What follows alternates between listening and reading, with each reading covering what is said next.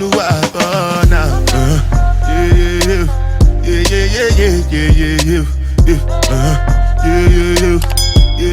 up, guys? Welcome back to my channel. If you're a returning subscriber,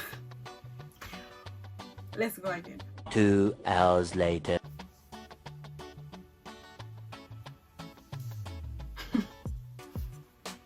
What's up, guys? Welcome back to my channel. If you're a returning subscriber, thanks for sticking around, and if you're a new viewer, don't forget to like, share and subscribe before you leave. And if you're a returning viewer and you haven't subscribed yet, then what are you doing? What's going on with you? If you're watching all my videos and you haven't subscribed yet, then I'm gonna pray for you, because you need help. Something wrong with you. You need to subscribe, like right now. So guys, what's on the agenda for today? So in my coming to Canada video, I told you guys what was the process from applying upwards until graduation.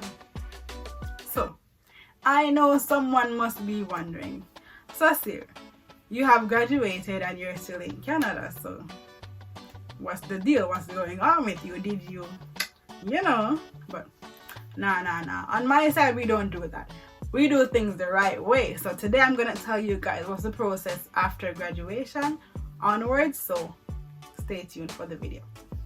So before I start, just a little disclaimer: I am not an immigration consultant and I am not an immigration lawyer. I am just telling you guys what I know from my experience and what I have learned otherwise. So I can only tell you what I know and direct you to the site where you can find other information. So don't judge me, don't come for me, period. So first things first, the first thing that you must know before anything else: in order to qualify for a post-graduation work permit, you have to be a graduate from a designated learning institution. And what this is, these are schools that are hosted by the provincial or territorial government to host international students. And note briefly, not all designated learning institutions are qualified for postgraduate work permits, but you can find the list of all of these on the immigration website. I'm gonna leave the links to all this information down in the description below. So yeah, that's the first thing to know. So after you have established that your school is a designated learning institution, the next thing to note is that you have 180 days from the day you receive your final grades and your notice of completion of your program to apply for your postgraduate work permit. So the first thing you must do is request 1, an official letter of completion from your school, and 2, official transcript.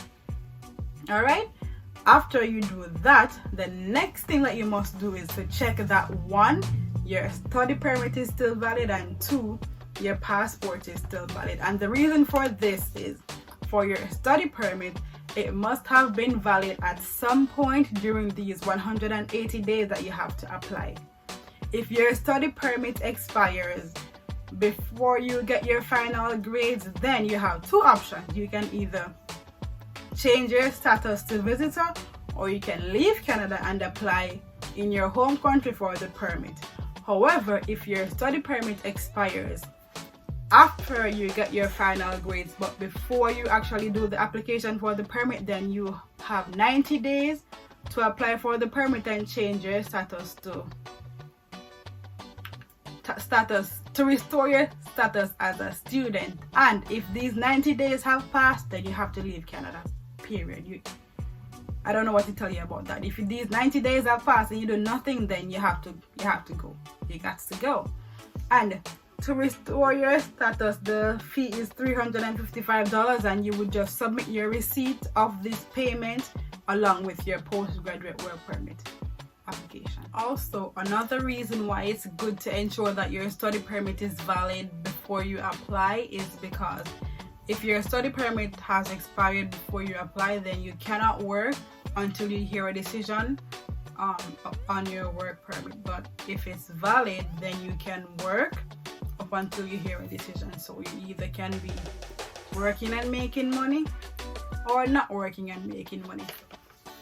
And for the passport, you want to ensure that you have enough time left in your passport, up to 3 years before expiry, because what Canadian immigration does is, let's say for example you only have 3 months left in your passport, you're only gonna get a 3-month work permit compared to a 3-year work permit.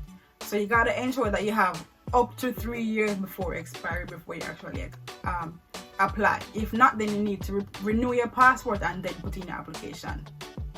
Another thing to note is that your program of choice must be at least 8 months in length for you to be eligible to apply for a postgraduate work permit. If the program is less, you're not going to be eligible. And you must maintain full-time status in all semesters. So if you're going to decide that for whatever reason you're going to change to part-time, then just know that you're going to affect the chances of you being able to apply for the postgraduate work permit. Also, another thing to note is, if you know that you're going to choose to reside in Canada permanently after you're done studying, then your occupation title must fall under NOC, which is National Occupation Class of either 0, A or B, which means that you have to choose your program of choice very, very carefully. And I'm going to post a screen recording just so that you guys can see how you can search for your NOC to know if you're choosing a good program of choice, I should say. What you guys want to do is you go to Google and you search for Canada NOC, and it will be the top link that says find your NOC. You click on that, and then you scroll down. It literally lists all the different skill types, 0AB, whatever, and you scroll down to find your job title, and you click this link here. Next, you want to scroll down and you go to where it says go to the NOC website and click that link. Here you will have the option of searching your job title. For me, I did the pharmacy technician program, so I'm gonna search for technician.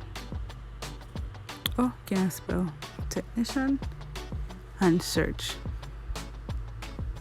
And because I know I've done this before, so I know what my NOC is, so I'm just going to find mine because I already know it, just to show you guys. Okay, I know that it's here, and it tells you your NOC number, which is mine would be 3219. It tells you health occupations, and it tells you that your NOC is B, and it tells you what are the requirements, and you can click the link. And here it gives you more detailed information. It gives you occupation title examples, and here you see they have pharmacy technician. They tell you what your duties are, and they tell you what your employment requirements are, so like whatever school requirements you need and so on and so forth. And yeah, that's it.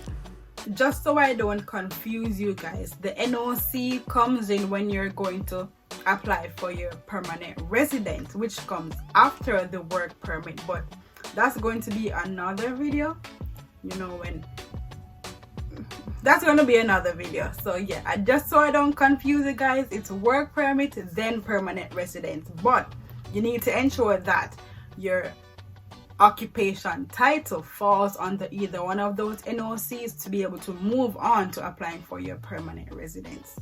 Next, your length of your postgraduate work permit will reflect the length of the program that you took. So if your program was 8 months or more but less than 2 years, you can get up to the amount of months. So if your program was 9 months, you're gonna get a 9-month work permit. But if your program was 2 years or more, then you're gonna get up to 3 years. Which 3 years is the maximum. Anything over 2 years program, you're still gonna get a 3-year work permit. There's nothing more. And a next thing to note is that you cannot get a postgraduate work permit twice. So you have to know what you're doing from the beginning. As I said, choose your NOC very, very carefully. Ensure that your NOC is either 0, A, or B. Can't say me never tell you. Alright, so what's next? You have your letter, you have your transcript, your study permit good, your passport good. So all you have to do now is just go onto the CIC website, you follow the steps, you upload all those documents, and you pay the fee, which is $255. I think that's what it was when I applied, and I think it hasn't changed since. And you just have to wait from there. For me, the wait time was 90 days, and I think now it's 183 days because of the whole COVID thing. But it can be quicker. Sometimes it takes up until that time. For me, it took almost the full 90 days. And anything to do with immigration, me fret. I was worried. Like every time I get an email, me paranoid for check. But yeah, that's the process. Canada is really, really, really welcoming where we're can't talk. Where international students are concerned. So if you're deciding that you want to study in Canada and reside here afterwards, then I would say go for it. The investment is totally worth it. It's expensive, but it's expensive, but it's worth it. Very, very much worth it. I have no regrets. Honestly, I have absolutely no regrets. So guys, that's all I have for this video. Don't forget to like, share, subscribe, and if you know someone that wants to come to Canada to study, then share this video with them. Like, what are you doing? Like, tell them to over here, so is where they should be. So thank you guys so much for supporting me, and I'll catch you in my next video. Bye.